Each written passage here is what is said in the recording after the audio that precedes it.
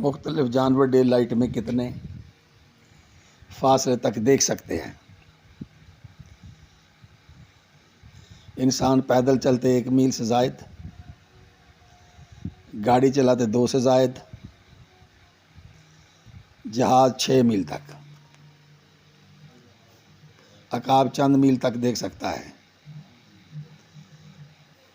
बिल्ली रात को दूर तक देखती है मगर दिन को 100 से 200 फुट तक। घोड़ा 100 से 200 फुट तक, गधा 100 से 200 फुट तक, शेर कई 100 मीटर तक,